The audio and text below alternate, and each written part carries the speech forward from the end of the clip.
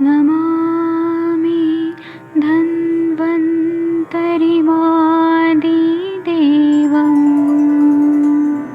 सुरासुरैर्वन्दितपादपद्मम् लोके जरामृत्युनाशम्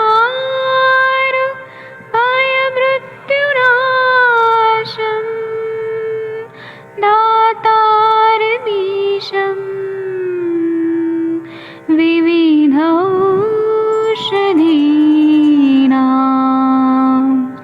शङ्खं चक्रं जलौकां दधतं मृतघटं चारुतोर्भिश्चतुर्भिः सूक्ष्मस्वच्छादिरुद्यं शुकपरिविलसन् मौलिमम्भोजनेत्रम् कालाम्बोदोज्ज्वलाङ्गं कटितटविलसत्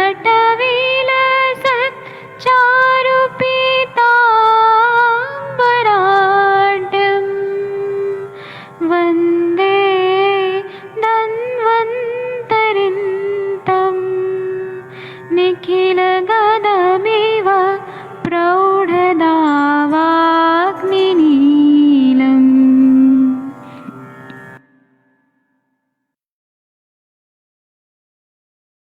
कोई भी सपना साकार करने के लिए सबसे जरूरी है सही कोच का होना। चुनिए आयुष दर्पण डिजिटल को और करे अपने क्लिनिकल आयुर्वेद सीखने का सपना साकार। Download the app now.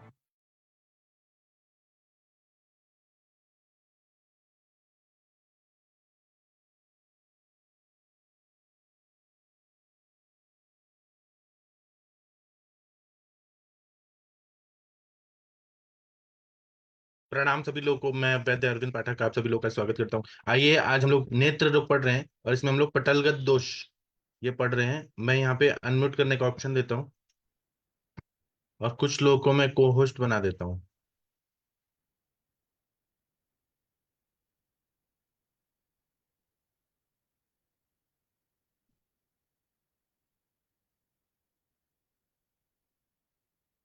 चलिए 33-34 नंबर का श्लोक देखते हैं। इसमें ऐसे बताया कि ऊर्ध्वम पश्यति नाधस्तात् तृतीयम पटलम गते महान्त्यपि च रूपाणि छादतीतानीव चाम्बरैः कर्णनाक्षाक्षि हीनानि विकृतानीव पश्यति यथा दोषम च रज्येत दृष्टिर्दोषे बलीयसी। इतना बढ़िया ये बताया है। और इसका हिंदी में ऐसे बताया गया है कि जब दोष तृतीय तीसरे पटल में पहुंच जाते हैं तो रोगी ऊपर की वस्तुएं तो देखता है पर नीचे को नहीं दे सकता। बड़े पदार्थ भी वस्त्र से ढके हुए के समान मालूम होते हैं। कर्ण, नेत्र और नासिका हीन तथा विकृत रूप देखता है। जिस दोष की अधिकता होती है उसी दोष के वर्ण की सब वस्तुएं दिखाई देती हैं। जैसे कफ की अधिकता होती है तो सफेद और पित्त की अधिकता होती है तो पीली या लाल इत्यादि। टीकाकार क्या बोलते हैं कि तृतीय पटलगत विकृत लिंग महा ऊर्ध्वम पश्येत ऊर्ध्वम दर्शनाभिधान अधो दर्शनस्य निषेध सिद्धो तदभिधानम स्वरूप अनुवादार्थम ननु पार्श्योर ऋष दर्शनार्थम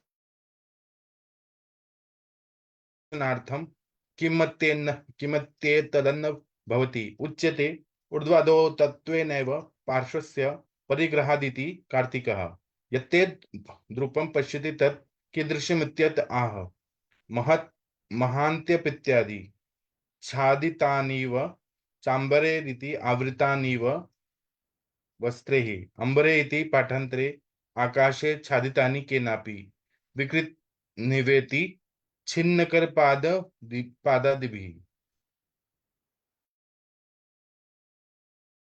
अत्र राग प्राप्ति महा यथा दोषम च रंजित दृष्टि दोषे बलीयसीति अस्यार्थम यथा यथम दोष वगैरह ऋण पितासिता दिविर्युज्यते दृष्टि रागश्चात्र वर्ण वर्णमात्र वचनः अत्र एव वक्ष्यति कफात् स्थितः शोणितजः सरक्ते इति दोषे बलि यस्यति रक्तमास्मेदः स्याहे बलवती दोषे अन्यत्र तु तृतीयन्हि रागो न भवति इति व्यभिचारः सूच्यत इति गदाधरः ननु तृतीय कथम रागवर्णनम बाह्यपटलानावृते दर्शनासंभवात् न चाश्मरी वर्णाभिधानादायुर्वेद प्रमाणार्थम भविष्यति इति अश्मर्या उत्तरकालमाष्ट कृतौ तथा प्रतीते यह तु न हि तादृक् उच्यते तृतीय पटल दोषस्य तथा स्वभावात् बाह्ये रागोपलब्धिः तृतीय पटलादारभ्य रागोदयः यदा विदेह यथा अस्यां रज्यते दृष्टिर्दोषेर स्त्री पटल से दही चतुर्पटल प्राप्ते मंडलम रज्यते तु तही इति। तृतीय पटल के दोष के लक्षण लिखते हैं ऊर्ध्वम पश्यति इत्यादि। ऊर्ध्वम दर्शन के अभिधान से अधो दर्शन का निषेध सिद्ध हो जाता है। तब नाधस्तात इस विशेष वचन से स्वरूप का विशेष ग्रहण होता है ऐसा समझना चाहिए। क्या पार्श्व की ओर से स्वल्प दर्शन मात्र को करने से ऐसा पाठ उचित नहीं प्रतीत होता? सॉरी। इसके समाधान में कार्तिक कहते हैं कि ऊर्ध्वाधो ग्रहण से पार्श्व का ग्रहण हो जाता है। जिन रूपों को देखते हैं वो कैसे हो सकते हैं, इस बात को दर्शाते हुए लिखते हैं कि छादितानीव चांबरी अर्थात वस्त्रों से ढके हुए के से दिखाई देते हैं। अंबरे ऐसा पाठांतर होने पर इसका अर्थ यह होगा कि आकाश में लटकते हुए अवकुंठित रूप दिखाई देते हैं। विकृतानी इव कानों में मानो ऐसे रूप दिखाई देते हैं कि जिनके हाथ पांव कटे हुए हों। इस प्रकार से दिखाई देने पर रूपों का वर्ण विवेचन करते हुए कहते हैं कि यथा दोषम च रंजित दृष्टि दोषोपि बलीयसी। इस पदार्थ का पद्यार्थ का अर्थ यह है कि दृष्टि में दोषानुसार वर्ण पाए जाते हैं। जैसे वात प्रकोप से अरुण वर्ण, पित्त से प्लीहा, कफ से श्वेत, रक्त से लाल और त्रिदोष प्रकोप से दृष्टि अनेक वर्णों से रंजित होती है। राग शब्द यहाँ पर वर्ण मात्र का, रंग मात्र का वाचक है। अतएव आगे कहेंगे कि कफ से श्वेत, रक्त से लाल वर्ण का इत्यादि। दोषे बलीयसी अर्थात रक्त मांस और मेद आदि के सहयोग से बल प्राप्त दोष से यदि इसका अनुबंध न हो तो तीसरे पटल में किसी प्रकार का रंग सूचित नहीं किया जा सकता। यह आचार्य गदाधर का मत है। और इसमें प्रश्न उठता है कि तृतीय पटल के दूषित होने पर रंग आदि का निरूपण कैसे संभव हो सकता है, क्योंकि यह बाह्य पटल से आवृत होता है, इसलिए कुछ दिखता ही नहीं। जैसे अश्मरी में दोषानुसार वर्ण की कल्पना की जाती है और अश्मरी के बाहर निकलने पर उसका निर्णय हो जाता है। इससे आयुर्वेद की प्रामाणिकता भी सिद्ध हो जाती है, किंतु यहाँ पर यह बात नहीं हो सकती। अब इसका समाधान इस प्रकार किया जाता है कि तृतीय पटल में जो दोष उपस्थित होगा उसी के अनुसार बाह्य पटल में भी तादृश वर्ण की उपलब्धि हो सकती है, क्योंकि दोषानुसार वर्ण उद्भव तो तृतीय पटल से होता है। क्योंकि विदेह भी कहते हैं अब दोष तीसरे पटल में आ जाते हैं तो इसे दृष्टि दोषानुसार अरुण पीत श्वेतादि रंगों से रंग जाती है और चतुर्थ पटल में अब पहुंच जाते हैं तो उससे सारा ही दृश्यमंडल रंग जाता है। जब दोष तृतीय पटल में पहुंच जाता है तब ऊपर की वस्तुएं तो दिखाई पड़ती हैं किंतु नीचे की नहीं। कहीं कहीं वस्तुएं भी दूर से ऐसी दिखाई देती हैं मानो कपड़े से ढकी हुई हों। इस प्रकार आकाश में लटकती हुई मूर्तियां हाथ पांव कान नाक और नेत्रों से हीन विकृत अर्थात केवल बुत स्वरूप दिखाई देती हैं। ऐसी अवस्था में दृष्टि में जिस दोष का अधिक प्रकोप होगा उसी के अनुसार उसके वर्ण आदि की प्रतीति होती है। अर्थात वात से अरुण, पित्त से पीत, कफ से श्वेत, रक्त से लाल और सन्निपात से विचित्र वर्ण पाए जाते हैं। इसके बाद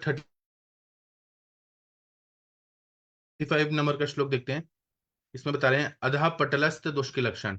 अधः स्थिते समीपस्थम दूरस्थम चोपरि स्थिते पार्श्व स्थिते तथा दोषे पार्श्वस्थम नैव पश्यति समन्ततः स्थिते दोषे संकुलानीव पश्यति दृष्टि मध्य स्थिते दोषे मध्यध्रस्त्वं च पश्यति द्विधा स्थिते द्विधा पश्येत् बहुधा चानवस्थिते दोषे दृष्टि तिर्यक् स एकम मन्यते द्विधा।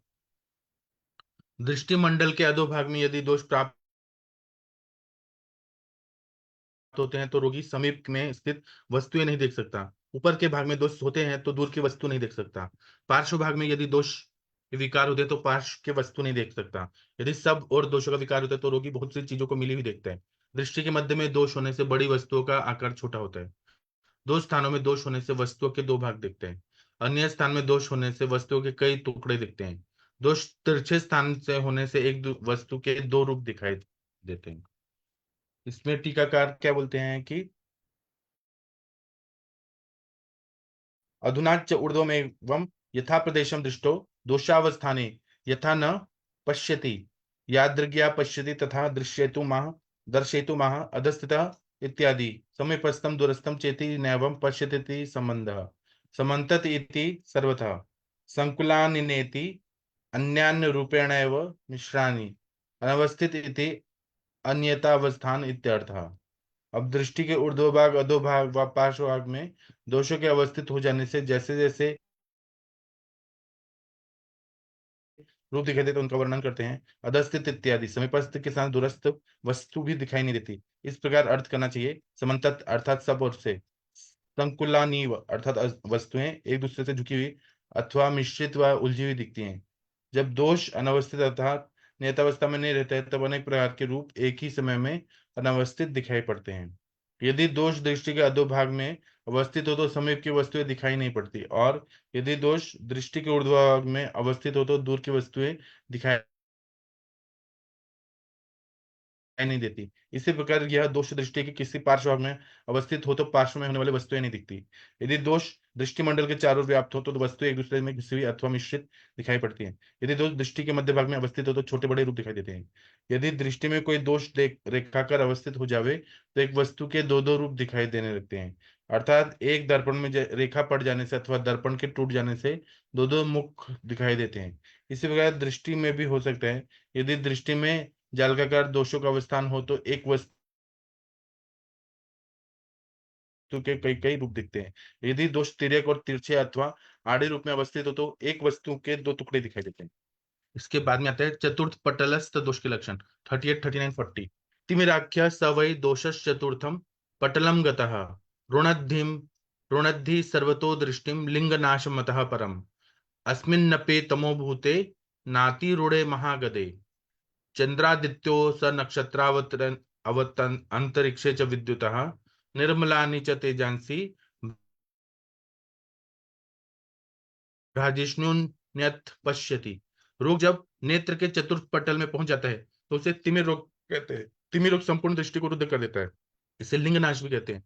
यह लिंगनाश जब तक अत्यंत वृद्धि को नहीं प्राप्त होता है तब तक आकाश में नक्षत्र, बिजली, सूर्य, चंद्रमा, निर्मल तेज और चमकती हुई चीजें दिखाई देती हैं।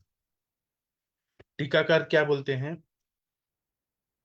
चतुर्थ पटलगत माह तिमिराख्य इत्यादि आन्द्योत्पादकतया तिमिर सार्धम्या तिमिराख्यः दोषो रोगः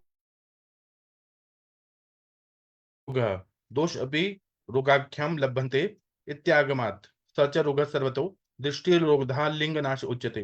लिंग्यते ज्ञायते अननेति लिंगमिन्द्रियं दर्शन शक्तिः तन्नाशो अस्मिन्निति लिंगनाशः। लिंग नाशमतः परम वदन्ति इति शेषः। अस्मिन्नपि तमोबुद् इति भूतशब्दः सादृश्ये रूपस्यानुरूपलम्बः अंधकार सदृशे नातिरूढे नातिवृद्धे अतश्चन्द्रादित्यानिति भास्वन्ति वस्तूनि पश्यति अंतरिक्षे चेत्सोत्पादनं भूमेस्तमोमयत्वात् तत्र च तमोभिभवात् तादृशस्य चक्षुणो दर्शनाशक्तिः। अब चतुर्थ पटल में अवस्थित दोष के लक्षण कहते हैं तिमिराख्य इति। चतुर्थ पटल में पहुंचा हुआ दोष मनुष्य को अंधा कर देता है। तिमिर अर्थात अंधकार व सहधर्मी होने से उसको भी तिमिर कहते हैं। दोष अर्थात रोग, क्योंकि दोषों को भी रोग संज्ञा हो जाया करती है।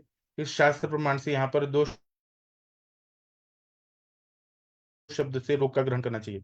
यह रोग चारों ओर से दृष्टि को बंद कर देता है, इसलिए इसे लिंगनाश कहते हैं। लिंगनाश की व्युत्पत्ति कहते हुए लिखते हैं कि जिसके द्वारा वस्तु का ज्ञान हो उसे लिंग कहते हैं। इस बार लिंग शब्द इंद्रिय का बोधक होता है। यहाँ दर्शन शक्ति अथवा दृष्टि को लिंग कहते हैं। इस रोग में उस दृष्टि रूप लिंग का नाश हो जाता है, इसलिए इसे लिंग नाश कह देते हैं। लिंग नाश मतः परम, इसके आगे वदंती क्रिया होकर देकर लिंग नाश मतः परम वदंती ऐसा समझना चाहिए। अस्मिन अपि तमोभूते, यहाँ पर तमोभूत का अर्थ तम के सदृश ऐसा करना चाहिए। यहाँ पर भूत शब्द सदृश अर्थ में प्रयुक्त हुआ है, क्योंकि कुछ दिखता हो तो नहीं, केवल अंधेरा ही अंधेरा छाया रहता है। नातिरूढ़े अर्थात जब तक वह बहुत बढ़ नहीं जाता है तब तक चांद, सूर्य आदि चमकदार वस्तुएं दिखती हैं। अंतरिक्ष भास्कर वस्तुओं का उपादान कारण होता है, क्योंकि पृथ्वी तमोमय होती है। दृष्टि के तम द्वारा अभिभूत होने से पृथ्वी पर होने वाले तामस द्रव्य दिखाई नहीं पड़ते। इस प्रकार बढ़ता हुआ दोष जब चतुर्थ पटल में पहुंच जाता है तब दृष्टि को चारों ओर से बंद कर देता है, अर्थात ना ऊपर दिखता है, ना नीचे, न ही इधर उधर पार्श्वों में, केवल सब कुछ अंधकार में प्रतीत होता है। इसलिए चतुर्थ पटलाशित रोग को तिमिर कहते हैं। जब इसमें भी वृद्धि हो जाती है तब इससे परिलिंग नाश हो जाता है, अर्थात दृष्टि बिल्कुल उग्र हो जाती है, दृष्टि बिल्कुल ठप हो जाती है। किंतु जब तक अंधेरे के समान वह तिमिर रोग अधिक नहीं बढ़ जाता है तब तक मनुष्य को आकाश में चांद, सूर्य, तारे, बिजली की चमक अथवा अन्य निर्मल एवं चमकदार वस्तुएं दिखती रहती हैं। इसके बाद में आ रहा है शैव लिंग नाशस्तु नीलिका काच संगीता। तृतीय पटल में प्राप्त रोग की काच संज्ञा हो जाती है। चतुर्थ पटल में प्राप्त रोग की लिंगनाश और नीलिका संज्ञा है। यस्य तृतीय पटल स्थित काच संगीतो दोषः स एवोपेक्षया चतुर्थे पटले पुनर्लिंग नाशो नीलिका च। आचार्य सुश्रुत ने कहा है कि जब दोष तीसरे पटल में आते हैं तो पहले तिमिर होता है, इसके वातादि क्रम से 6 प्रकार होते हैं और यही तिमिर युक्त रोग युक्त होने पर काच कहलाते हैं और उसी प्रकार वातादि क्रम से 6 प्रकार के होते हैं। टीकाकार क्या बोलते हैं कि तस्यैव लिंगनाशस्य संज्ञान्तरमाह सैव लिंगनाशस्य इत्यादि। यस्य तृतीय पटल स्थितः काच संगीतो दोषः स एवोपेक्षया चतुर्थे पटले पुनर्लिंगनाशो नीलिका च। तु शब्दः पुनरर्थे कृतः पुनर्रयमृजेव रथो न लगति नीलिका काचाभ्याम पर्यायाभ्यां संगीतो नीलिका काच संगीत इति। नैवं तंत्रांतरे तृतीय पटल स्थिते दोषे काचाभिधानात् यदा निमिः काच इत्येष विज्ञो याप्य स्त्रीपटलो स्थितः चतुर्थ पटल प्राप्तो लिंगनाशः च उच्यते। प्रत्याख्यस्य कफजो व्याधि साध्यस्तु तद्विदः इति। अत्रापि तत्प्रत्यात् तृतीय पटलस्य काच संज्ञा चतुर्पटला प्राप्तस्य प्रत्याख्यत्वं प्रत्येतव्यं। यत् पुनः लिंगनाशोपादानं तत् सकल पर्याय ज्ञानार्थम। गदाधरस्तु नीलिका विशेषिता काल संज्ञा नीलिका का च संज्ञा इत्यः। इतेन तृतीय पटलस्थ दोषे काच संज्ञा चतुर्थे तु सा नीलिका नीलिकया विशेषयति फलति एक जातितया त्रिचतुपटलयोरपि रोगाणां षडत्वमेव न तु द्वादशत्वं तेन न संख्यातिरेकः। इदमिदानीं चिन्त्यते तृतीय पटलस्थे दोषे काच संज्ञा तिमिर संज्ञा च तर्हि कथं न षट् संख्या हानि। काच तिमिरस्य विभिन्नत्वात् उक्तं च षड्लिङ्गनाशः इति। अथ मन्यते तिमिरात् काचो न भिद्यते तस्यावस्थरान्त्वादिति न तद विपरीत साधकयोद्धेतुः यतोऽभिषन्दः शिरोत्पाताभ्याम् अधिमन्थात् शिराहर्षयो अवस्थान्तरेत्वेपि भिन्नत्वं प्रतीयते।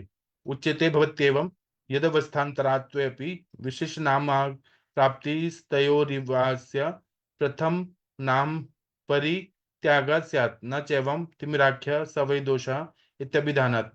तथा च तिमिरे रागिणी इति वचनात् तस्यावस्थान्तरे पूर्वनाम परित्यागः अतस्तिमिरात् काचस्य अवस्थान्तरत्वेप्य अन्यत्वं साधु यथा सत्यपि यौवनत्वे यद्यगस्य न स्वाभिधानये हानि अतो न संख्यातिरेक प्रसंग इति। उसी लिंगनाश को नामांतर उसी लिंगनाश के नामांतर को कहते हैं शैव इत्यादि। जो तीसरे पटल में काच संज्ञा से संबोधित किया जाने वाला रोग है अथवा काच नाम का रोग है, यदि समय पर चिकित्सा नहीं की जाए, उचित चिकित्सा न की जाए तो वही चतुर्थ पटल में पहुंचकर लिंगनाश अथवा नीलका नाम से कहा जाता है। यहाँ पर तू शब्द अर्थबोधक है।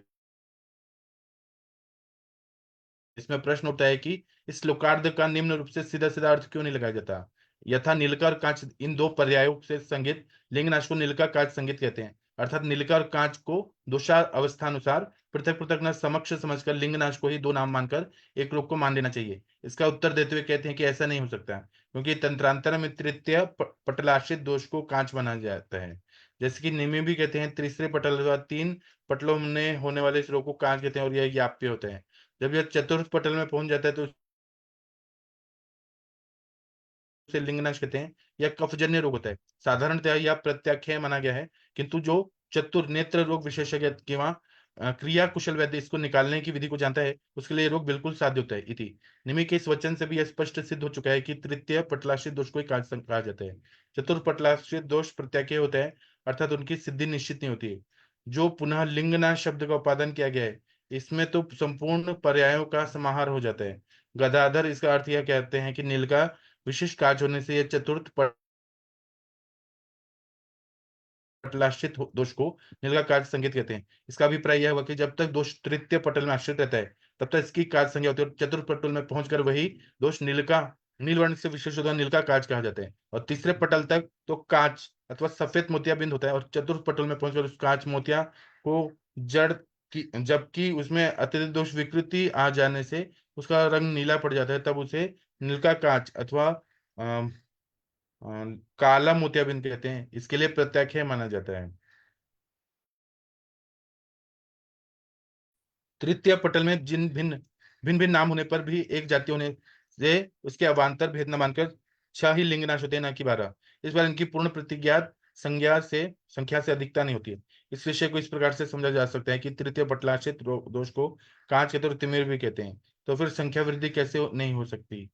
कांच लोग तिमिर से भिन्न होता है, और कहा है कि लिंग नाश 6 होते हैं। इति यदि आप यह मानते हैं कि कांच तिमिर से भिन्न नहीं है, केवल इसका अवस्थान्तर मात्र है, तब यह बात नहीं हो सकती, क्योंकि इसके विपरीत साधक हेतु पाए जाते हैं। जैसे कि अभिसंध की उपेक्षा करने से अधिमंत और शिरोपात की उपेक्षा करने से शिरोहर्ष हो जाया करता है। वास्तव में अधिमंत और शिराहर्ष ये दोनों अभिसंध और शिरोत्पात के अवस्थान्तर मात्र, और अवस्थान्तर मात्र होने पर भी इनको भिन्न मानकर इनका पृथक उल्लेख किया है, जैसे कि वहां पर काच तिमिर आदि पृथक मानने चाहिए। इसका समाधान करते हुए लिखते हैं कि अधिमंत और शिरा प्रहर्ष को अभिसंध और शिरोत्पात का अवस्थान्तर होने पर इसी उनको इसके लिए पृथक माना गया है कि इनको अपना प्रथम नाम जोड़ दिया गया है और उनके स्थान पर अपना विशिष्ट अर्थात पृथक सूचक नाम धारण कर दिया है, इसलिए उनको पृथक लोग मान लिया गया है। किंतु यहाँ पर ऐसी बात नहीं, क्योंकि यहाँ पर जो तो स्पष्ट कर दिया है कि तिमिराके सर्वदोषा अथच तिमिरे च रागिणी। इस वाक्य से भी यह स्पष्ट प्रतीत होता है कि अवस्थान्तर होने पर भी अपने पूर्व नाम का परित्याग नहीं किया, इसलिए तिमिर का अवस्थान्तर होने पर भी कांच इससे भिन्न नहीं है। जैसे युवा हो जाने पर यज्ञदत्त के बाल्यकालीन नाम से कोई भेद नहीं पड़ता, अथवा अर्थात बचपन में जो यज्ञदत्त था वह यौवन में बाल्यावस्था में अब नहीं रही, पर ऐसा होने पर यज्ञदत्त यज्ञदत्त ही है। इसी प्रकार कांच रूप अवस्थान्तर होने पर भी तिमिर तिमिर ही होते हैं, इसलिए संख्या वृद्धि नहीं होती और 6 ही लिंगनाश होते हैं। तीसरे काल में होने वाले तिमिर को कांच कहते हैं, किंतु यही तिमिर जब चौथे पटल में पहुंच जाते हैं तो उसे लिंगनाश अथवा नीलिका कहते हैं। अंग्रेजी में इसे कैटरेक्ट कहते हैं, और साधारण बोल भाषा में इसे मोतियाबिंद या नजुल उतरना अथवा पानी उतरना कहते हैं। और जब यह रोग धीरे धीरे बढ़ता है, एक बार जब पटल में दोषों का अधिष्ठान हो जाए, तब अन्य पटलों तक पहुंचने में कभी कभी 2-3 व अधिक वर्षों का समय लग जाता है, और कभी कभी एक ही रात में तीव्र शूल के साथ पानी उतरकर नेत्र को बिल्कुल बंद कर देता है, और दृष्टि मार्ग पर हल्के से नीले रंग का एक दाना स्पष्ट दिखाई देने लगता है। जब तक दोष पूर्ण रूप से पटल आच्छादित नहीं कर लेता, तब तक सूर्य, चंद्र, तारे, विद्युत आदि निर्मल तेज व अन्य चमकदार वस्तुएं दिखाई देती रहती हैं। किंतु जब दोष पूर्ण रूप से दृष्टि को आच्छादित कर देता है, तब दृष्टि बिल्कुल बंद हो जाती है। जब तक दोष सांद्रावस्था में रहता है, तब तक उसका निकलना सुगम होता है, किंतु जब वह वायु द्वारा उसका शोषण हो जाता है, तब मोतिया का द्रव सूख जाता है और उसका वर्ण नीला व काला हो जाता है, और इसे काला मोतिया कहते हैं। उसका निकलना दुष्कर हो जाता है। इसके बाद का श्लोक है दोष विशेष से रूप विशेष दर्शन। 41 नंबर का श्लोक देखते हैं। वातेन चापि रूपाणि भ्रमन्तेव च पश्यति आविलान्य अरुण भानि व्याविद्धानीव मानवः पितेनादित्य खद्योत चक्र चापड़ पड़ित उत्तीर्ण गुणान नृतश्चैव शिखिनः सर्वं नीलं च पश्यति कफेन पश्येद रूपाणि स्निग्धानि च सितानि च पश्येद सूक्ष्मान्यत्यर्थं वैभ्रमेद वाभ्रव संप्लवम् सलिला प्लवातानीव परिजाड्यानि मानवः पश्येद रक्तेन रक्तानि तमांसि विविधानि च स सितान्यपि कृष्णानि पितान्यपि च मानवः सन्निपातेन चित्राणि विलिप्तानीव पश्यति बहुधा च द्विधा चापि सर्वाण्येव समन्ततः हिनाधिकान्यपि तू ज्योतिष्यपि च भूयसा। वायु विकार से जो तिमिर होता है उसमें सब चीजें घूमती हुई दिखाई देती हैं, मटमैली अथवा लाल और तिरछी दिखाई देती हैं। पित्त के प्रकोप से यदि तिमिर होता है तो सूर्य, खद्योत, इंद्रधनुष, बिजली और नाचते हुए मयूरों को और नीले व काले रंग को देखता है। कफ के तिमिर में सब पदार्थों को, स्निग्ध श्वेत स्थूल पदार्थों को और बादलों के न होने पर भी उनको दिखता है, और पानी में भीगे हुए के समान दिखता है। रक्तजन्य तिमिर में मनुष्य अनेक प्रकार के अंधकार देखता है। सब पदार्थों को रक्तवर्ण दिखता है, श्वेत पदार्थों को भी काले व पीले रंग का दिखता है। सन्निपात के तिमिर में रूप अनेक वर्ण के तथा विपरीत एक रूप में अनेक रूप और दो रूप दिखते हैं। अथवा यहाँ पे बोला है गौर चामर गौराणी श्वेताब्र प्रमितानी चम, न्यून अंग वाले और अधिक अंग वाले और चमकते हुए दिखाई देते हैं। तो ये भी आंखों का प्रॉब्लम है कि यहाँ जो तिमिर होता है तो कैसा रहता है। दोष विशेषेण रूप विशेष दर्शनम महा वातेन इत्यादि, अविशेषेण यदुक्त में वाते तत्सर्वं पटलेषु संबध्यते, तुल्यत्वाव न्यायस्य व्याव्याधिनैव कुटिलानिव खद्योतो ज्योतिराणि कणः शक्रचाप इंद्रधनु गुणान रूपाणि आदित्यादीनां रूपाणीत्यर्थः। शिखनो मयूरान् सलिलाप्लवावितानिव परिजाड्यानेति, सलिल प्लवन्नेव स्मितानीत्यर्थम्। सितानीति श्वेतानि ननु रक्तेन कथं सितानीत्युच्यन्ते, श्लेष्मणा सितरूपस्य दर्शितत्वात् नैवं सितान्यपि कृष्णानि पीतानि पश्यतीति व्याख्यानायनाद् दोषः स इति मानवः। रक्तेन कृष्ण पीत दर्शनम पित्त सधर्मकत्वाद् रक्तस्य चित्राणीति नानावर्णानि विप्लुतान्यवेति विपरीतानि विपरीतत्वेव विवृणोति बहुधेत्यादि। अयम अर्थः सन्निपातेन पूर्व प्रकारेण बहुविधानि द्विविधानि व सर्वाणि सर्वाणि पश्यति। तृतीय पटले हीनादिकान्यपेति गदाधर। अब दोषानुसार लिंग नाश के विशेष लक्षणों को कहते हैं। पीछे तो पटलाश्रित अवस्था के अनुसार होने वाले लक्षणों का निर्देश किया जा चुका है। नेत्र में भी जो दोष अधिष्ठित हो, बाह्य रूप उसी के वर्ण जैसे दिखते हैं, इस विषय को स्पष्ट करते हैं वातन इत्यादि।